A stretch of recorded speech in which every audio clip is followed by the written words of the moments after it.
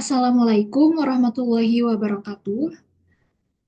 Perkenalkan, saya Rizkia Anissa. Pada hari ini akan mempresentasikan mengenai referat dengan judul Reseptor Dopamin dengan pembimbing Dr. Steven, Magister Science Medicine, Spesialis Neurologi Konsultan. Dopamin itu merupakan suatu neurotransmitter monoamin utama yang berada di otak manusia. Nah, awalnya dopamin sendiri itu dibentuk melalui hidroksilasi dan dekarboksilasi dari tirosin, lalu dimetabolisme menjadi epinefrin dan norepinefrin. Nah, dopamin ini dia itu berfungsi untuk gerakan motorik, kognisi, dan emosi.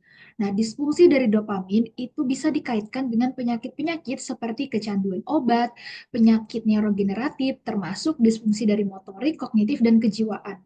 Nah, beragam efek itu dimediasi karena kemampuan dopamin berikatan dengan 5 reseptornya yang terpisah. Nah, selanjutnya, dopamin sendiri itu kan neurotransmitter yang dihasilkan melalui proses hidroksilasi dan dekarboksilasi. Nah, dopamin sendiri itu menjalankan aksinya itu dengan cara berikatan dengan reseptor dopamin yang berbeda-beda dan terletak di sistem saraf pusat dan perifer. Nah, dopamin itu membentuk GPCRS atau G-protein coupled receptor yang beragam yang memediasi aksi dari dopamin. Nah, kemudian dikategorikan reseptor-reseptor dopamin ada D1-like, di dalamnya itu ada D1R dan D5R, dan D2-like, itu meliputi D2R, D3R, dan D4R. Dan reseptor ini itu menunjukkan karakteristik dari struktur dan fungsi yang berbeda-beda. Nah, selanjutnya struktur reseptor dopamin. Jalur dopaminergik utama di otak itu meliputi dari sistem digostriatal, mesolimbik, mesokortikal, dan tuberoinfundibular. Nah, terdapat 5 reseptor dopamin yang sudah diidentifikasi, dan reseptor ini itu memiliki 7 domain dari transmembran yang dihubungkan oleh 3 loop intraseluler dan 3 loop ekstraseluler, dan termasuk dalam superfamili si GPCRS tadi.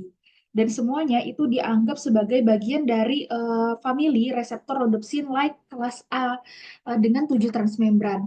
Nah, berdasarkan dari kemiripan urutan dan fungsi-fungsinya. Nah, selanjutnya distribusi dari reseptor dopamin itu ada di berbagai tempat. Yang pertama itu ada di perifer terlebih dahulu, seperti ada di dopamin itu ada di ginjal, kemudian di usus juga. Nah, kalau misalkan yang D1 atau D2 like reseptor itu ada di retina, kemudian pembuluh darah, kemudian ada di jantung, kemudian ada di kelenjar adrenal, ginjal. Nah, jika di otak, di sistem saraf pusat itu ada mesocortical pathway, itu bisa dilihat itu di sekitar korteks. Kemudian ada mesolimbic pathway, nigrostriatal pathway, dan tuberoinfundibular pathway. Eh, Selanjutnya itu adalah ekspresi dari reseptor dopamin D1-like. Nah, untuk reseptor D1-like ini, dia itu termasuk dari D1R dan D5R. Dan efeknya itu sebagai eksitatori utama dengan mengaktifkan dari adenilat siklase dan meningkatkan kadar dari CAMP intraseluler melalui aktivasi dari protein G. Nah, reseptor ini dia itu berperan dalam jalur transduksi sinyal yang berhubungan dengan gangguan neuropsikiatri. Kemudian kalsiumnya itu berfungsi untuk mengatur jalur pesinyalan, termasuk aktivasi dari protein kinase C, dan yang bergantung pada kalsium serta memodulasi pelepasan neurotransmitter melalui eksositosis. Nah, selain itu, reseptor D1 itu dia juga mengatur gradien elektrokimia dengan mempengaruhi aktivitas NAKTPase. Nah, selanjutnya itu reseptor dopamin D2-like yang terdiri tadi dari D2R, D3R, dan D4R, yang dimana D2R itu memiliki dua isoform, ada tipe yang pendek dan panjang. Nah, untuk reseptor D2-like ini, dia itu menghasilkan efek terhadap penghambatan dengan menekan dari CAMP. Nah, untuk reseptor D2, dia itu berperan penting dalam aktivitas perilaku dan fungsi ekstrapiramidal. Kemudian sebagai autoreseptor, reseptor D2 ini bisa bertindak pada somatodendritik untuk mengurangi rangsangan saraf atau pada terminal untuk menghambat dari sintesis, pengemasan, dan pelepasan dopamin. Nah, secara yang dapat diringkas itu ada subtipe lokasi dan fungsi fisiologis dari reseptor dopamin tadi. Sebenarnya tadi sudah dijelaskan dari penjelasan sebelumnya. Kita lanjut. Nah, untuk yang pertama itu dampak reseptor dopamin di striatum dorsal. Ganglia basalis, nukleus basal lainnya itu sirkuit saraf penting untuk motorik, emosi, pembelajaran, dan kognisi. Nah, komponen utama dari ganglia basalis itu ada striatum yang terdiri dari striatum dorsal itu ada nukleus caudatus dan putamen dan striatum ventral itu ada nukleus accumbens dan tuberculum olfactorius.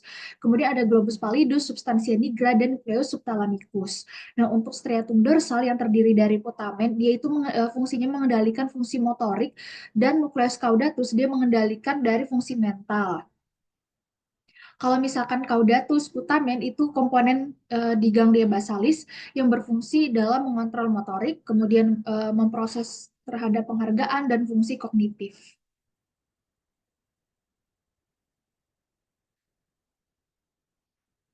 Nah, untuk jalur dopamin D1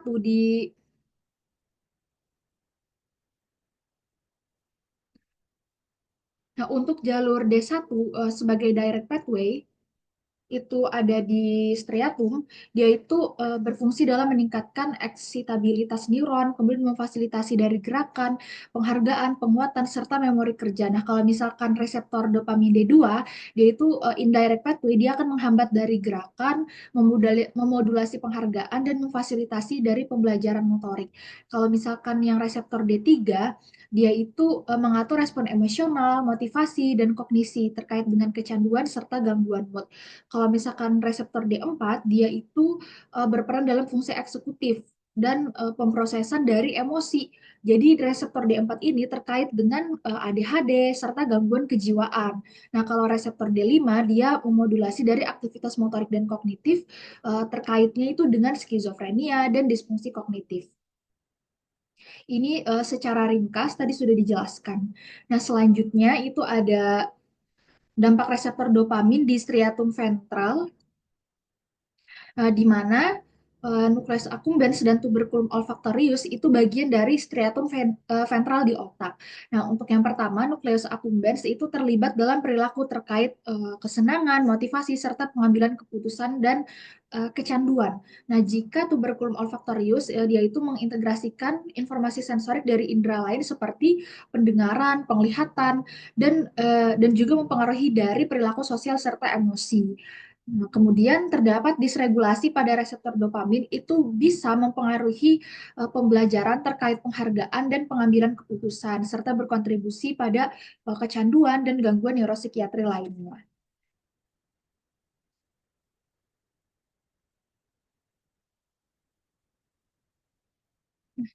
Ini secara ringkas tadi sudah dijelaskan.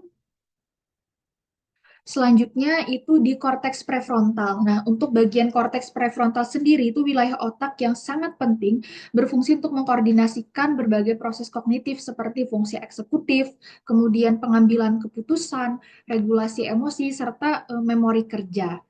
Nah, di striatum itu masuknya dari korteks itu terintegrasi dengan inervasi dopaminergik yang berasal dari substansia nigra pars compacta pada ganglia basalis serta area tegmental ventralnya. Nah, setelah proses integrasi ini, nanti striatum ini akan mengirimkan proyeksi inhibitor ke struktur output dari ganglia basalis, yaitu di globus pallidus dan substansia nigra pars reticulata. Nah, struktur output ini dia nanti akan mengatur aktivitas talamus serta memodulasi keluaran eksitatorik yang dalam loop timbal balik nanti akan diproyeksikan kembali ke korteks prefrontal tadi. Nah, sirkuit ini itu akan membentuk loop yang menyeluruh melibatkan jalur dari kortikal, striatal, talamikortikal yang menjadi dasar fungsi kognitif dan motorik tingkat tinggi. Nah, untuk reseptor dopamin di korteks prefrontal itu khususnya adalah reseptor D1 dan D2. Dia bermain penting dalam proses-proses ini secara rincinya dan dapat disimpulkan nanti reseptor dopamin di korteks prefrontal ini dia itu mengatur fungsi kognitif, kemudian ketidakseimbangan atau disfungsi pada reseptor D1 dan D2 itu dapat berkontribusi terjadinya adanya patogenesis dari gangguan kognitif. Nah, selanjutnya itu di nukleus subthalamikus, yang dimana nukleus subthalamikus sendiri itu bagian penting dari ganglia basalis, terlibat dalam pengendalian sensorik dan motorik, yang dimana keberadaan reseptor dopamin, terutama D1 sampai D5, itu sudah teridentifikasi bahwa ada memang di nukleus subthalamikus, dan perannya itu berimplikasi terhadap gangguan di wilayah ini itu belum sepenuhnya masih dijelaskan. Nah, untuk reseptor dopamin di nukleus subthalamikus ini, dia berfungsi dalam memodulasi pelepasan hormon-hormon dari hipotalamus sehingga nanti dia akan mempengaruhi dari sistem endokrin. Nah, selain itu, reseptor dopamin di hipotalamus dia berperan juga tadi berperan dalam pelepasan hormon, termasuk juga nanti dia berperan dalam penghambatan atau inhibisi sekresi prolaktin, hormon yang penting untuk laktasi dan fungsi reproduksi. Nah, selain itu sinyal dopamin di hipotalamus dia nanti juga akan mengatur dari nafsu makan dan berat badan, di mana gangguan pada sistem ini nanti berkontribusi pada kondisi ternyata seperti kondisi obesitas. Nah, disfungsi reseptor dopamin di hipotalamus itu nanti terkait juga dengan hilangnya homeostasis biologis, kemudian nanti berimplikasi pada gangguan sekresi hormon dan kondisi yang berkaitan dengan sistem reproduksi. Nah, perubahan sinyal dopamin itu juga dapat berkontribusi dari gangguan regulasi suhu ternyata seperti hipertermia atau hipotermia. Nah, disfungsi dari sistem dopaminergik di hipotalamus ternyata juga dikaitkan dengan gangguan makan tadi dan berat badan termasuk obesitas dan gangguan makan. Nah, selanjutnya itu di sistem limbik, yang dimana struktur utama dari sistem limbik itu meliputi hipokampus, amigdala, hipotalamus, talamus, dan gyrus cingulata. Nah, reseptor dopamin di sistem limbik dia berperan dalam proses emosi, kemudian pembentukan memori, perilaku yang terkait dengan proses penghargaan. Nah, sistem limbik sendiri dia itu berinteraksi untuk memodulasi respons emosional. Kemudian dia juga menyimpan dan mengambil kembali memori serta mengatur proses fisiologis yang terkait dengan respons stres. Nah, untuk disfungsi dalam sistem limbik itu dikaitkan dengan gangguan psikiatri dan neurologis, termasuk gangguan suasana hati, gangguan mood, gangguan kecemasan, dan kondisi yang terkait dengan gangguan memori. Nah, untuk reseptor dopamin di substansia nigra dan area tegmental itu dia berfungsi dalam pengaturan gerakan, penghargaan, dan motivasi. Untuk substansia nigra sendiri, dia itu area yang kaya akan dopamin dan penting dalam proses kontrol motorik, mekanisme penghargaan, dan respons perilaku. Nah, untuk di substansia nigra mesencephalic ini, dopamin reseptor yang D1-like dan D2-like, dia berperan penting dalam modulasi pelepasan GABA ke globus pallidus melalui striatum. Nah, untuk di substansia nigra tadi, khususnya di pars compacta, nanti neuron penghasil dari dopamin akan memainkan peran sentral dalam mengontrol gerakan. Nah, untuk aktivasi reseptor D1 di jalur nigrostriatum ini terutama itu pada permukaan DMSNS, dia memfasilitasi inisiasi dan pelaksanaan gerakan. Kemudian reseptor-reseptor ini nanti dia akan meningkatkan eksitabilitas DMSNS tadi yang mengandung GABA itu untuk meningkatkan pelepasan GABA ke globus pallidus yang mengarah nanti pada peningkatan fungsi dari motorik. Nah, secara bersamaan untuk reseptor D2, dia itu diekspresikan secara tidak langsung, dia memberikan inhibitory atau eh, kontrol dalam menghambat pelepasan si GABA tadi ke globus pallidus dan memodulasi globus pallidus eksternal tadi melalui nukleus subthalamikus. Nah, interaksi transmisi GABAergic yang dimediasi oleh reseptor D1 dan D2 yang mengatur keluaran dari substansi nigra, nanti dia akan mempengaruhi sirkuit motorik bagian hilir. Nah, untuk disregulasi dan degenerasi neuron penghasil dopamin di pars compacta, nanti dia akan mempengaruhi dari perubahan aktivasi reseptor D1 dan D2 serta pelepasan dari GABA, menghasilkan nanti gejala-gejala motorik seperti tremor, rigiditas, bradykinesia yang merupakan ciri khas dari penyakit Parkinson. Nah, selanjutnya itu dampak reseptor dopamin di area tegmental ventral tadi. Dia itu kan wilayah otak yang mengandung neurodopaminergic dan memproyeksikannya ke berbagai area otak seperti nucleus accumbens dan cortex prefrontal. Nah, reseptor D1 di ventral tegmental area atau VTA ini dia memainkan peran utama dalam jalur penghargaan tadi dan terlibat dengan penguatan perilaku yang berhubungan dengan hasil yang positif. Nah, reseptor ini dia berkontribusi juga terhadap motivasi seseorang. Nah, sebaliknya, kalau misalkan reseptor D2 di VTA tadi, dia nanti akan memodulasi respons yang bersifat ganjaran maupun aversif. Nah, aktivasi reseptor ini dia menghambat dari pelepasan dopamin di area target sehingga berkontribusi pada pengaturan perilaku. Nah, selanjutnya itu dopamin sendiri itu neurotransmitter penting dalam sistem saraf pusat dan perifer yang memediasi fungsi seperti kontrol motorik, motivasi, kognisi, emosi, dan regulasi dari endokrin.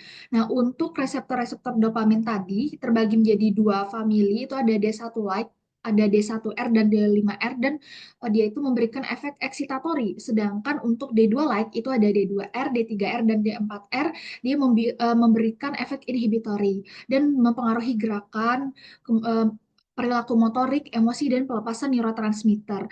Nah, gangguan keseimbangan sinyal dopamin di berbagai jalur saraf tadi, termasuk substansia nigra dan ventral tegmental area, itu nanti dia berkontribusi pada patologi sejumlah penyakit neurologis atau psikiatri seperti penyakit Parkinson, skizofrenia, ADHD, kecanduan, depresi, dan gangguan makan.